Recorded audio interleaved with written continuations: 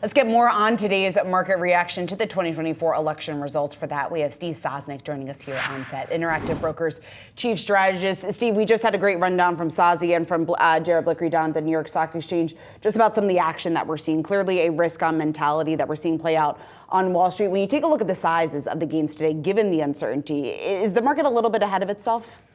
To some extent, that's certainly a concern. Although one of the things that I basically put out on Monday was that the market hadn't voted yet. Mm-hmm. And I think it started to vote yesterday and certainly voted overnight. And so I think this is the reaction. We really hadn't, except for the prediction markets, which had been, trending toward the president-elect now, all along, we really didn't see much of a market reaction in either direction. And so this is sort of, once it became apparent, all those trades rushed into play at once. So, writ large, why? Right? Why is the market, the broad market reaction so positive to the idea of a Trump presidency? Is it mostly the tax cuts that the market likes? I do think it's tax cuts. I think there was a little bit of a fear that if Harris had won, then the Trump tax cuts of 2017 might not have been extended. And so therefore you might have actually seen a little bit of tax gain selling before the end of the year instead of the usual tax loss selling, because some people might have been afraid that the capital gains rate would go up and therefore try to beat that tax rise. That's off the table now. I think just in general, there is the perception that markets like Republican administrations, although certainly the evidence for the past few years of the Democratic administration has not exactly been shabby. Markets, I think, really basically like whoever's in power.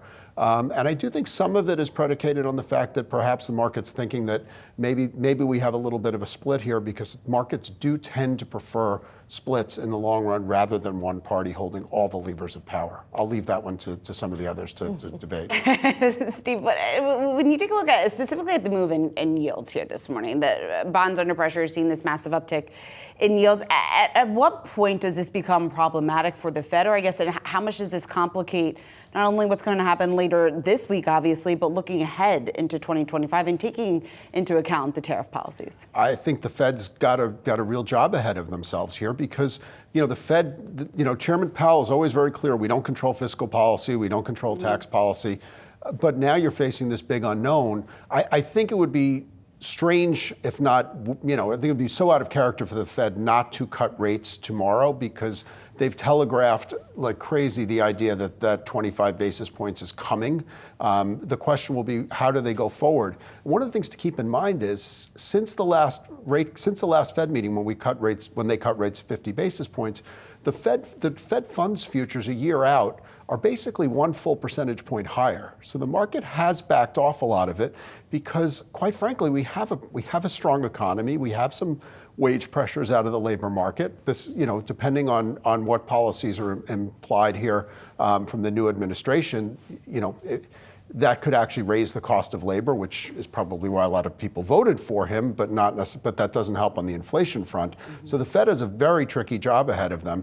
They may do the 50 basis points, another 25 basis points in December, just because, again, that's somewhat baked in. Although I really want to hear what the chairman has to say tomorrow in his press conference. Does he start to back off that? Does he reflect the uncertainty? Right. Steve, got to leave it there. Good to see you. Thanks for coming in. My pleasure.